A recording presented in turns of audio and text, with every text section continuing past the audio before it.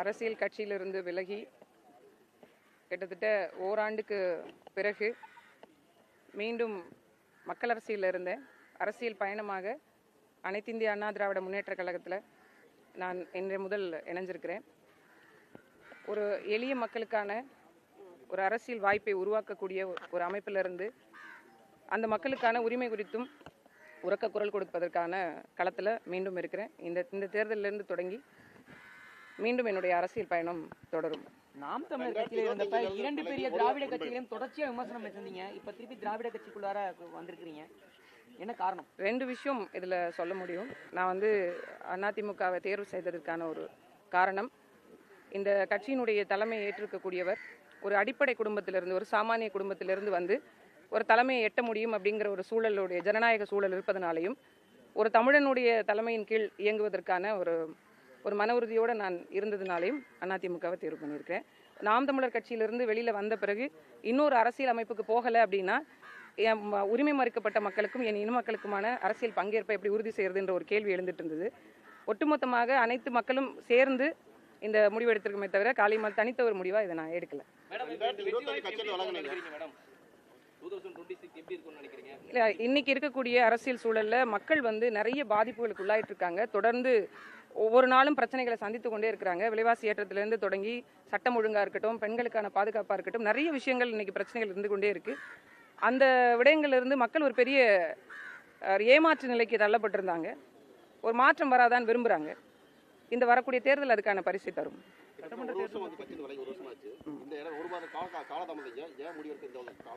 முடிவெடுக்கிறதுல ஒன்றும் காலதாமதம் இல்லை. நான் ஏற்கனவே இருந்த மாதிரி நான் களத்தில் இருந்தேன், மக்கள் களத்தில் இருந்தேன்.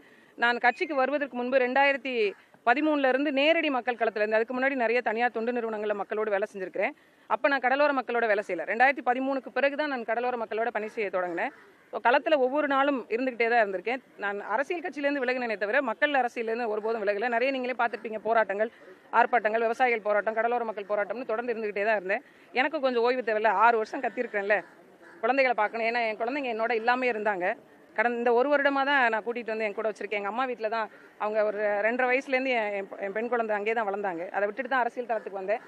என் பெண்ணோட இப்போ ரொம்ப நாள் ஏக்கம், அம்மா கொஞ்ச நாள் கூட நம்ம கூட இல்லையே அப்படிங்கிற வருத்தம் அந்த பிள்ளைகிட்ட இருந்துகிட்டே இருந்தது. ஸோ கொஞ்ச நாளாவது அவங்களோட இருக்கணும். இன்னொன்று எனக்கு கொஞ்சம் ஓய்வு தேவை அப்படின்ற மாதிரி தோணுச்சு அரசியல் தளத்திலிருந்து.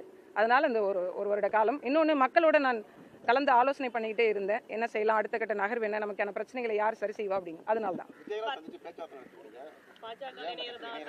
எல்லா கட்சிகளும் சொல்லப்பட்டது. இன்னைக்கு நானே அதுக்கான தீர்வை சொல்லிட்டேன். வேற என்ன மாற்றுக்கிறேன்?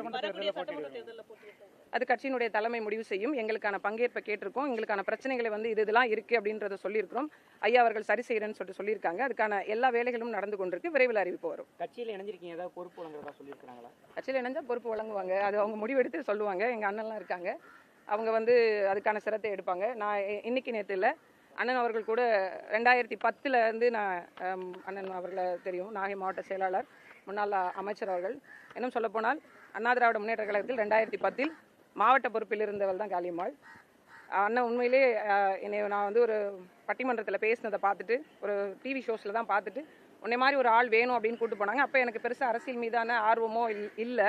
அதனால் ஒரு ஓராண்டு 2 ஆண்டுக்கு பிறகு நான் கொஞ்சம் அமைதியாயிட்டேன். இன்னொன்று அந்த குழந்தை பேர் நேரம் வேறு, அதனால் அமைதியாயிட்டேன். அது மாதிரி பூம்புகார் சட்டமன்ற தொகுதியினுடைய முன்னாள் சட்டமன்ற உறுப்பினர், மயிலாடுதுறை மாவட்ட செயலாளர், இவங்களும் அறிவுறுத்தி வாங்கினேன்.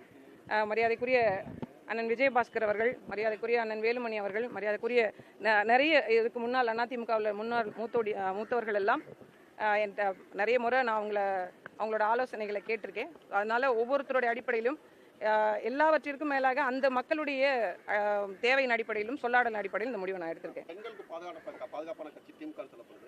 தொடர்ந்து பாலியல் குற்றம் நடந்துட்டு சமீபத்தில் கூட சம்பவம் நடந்துட்டு.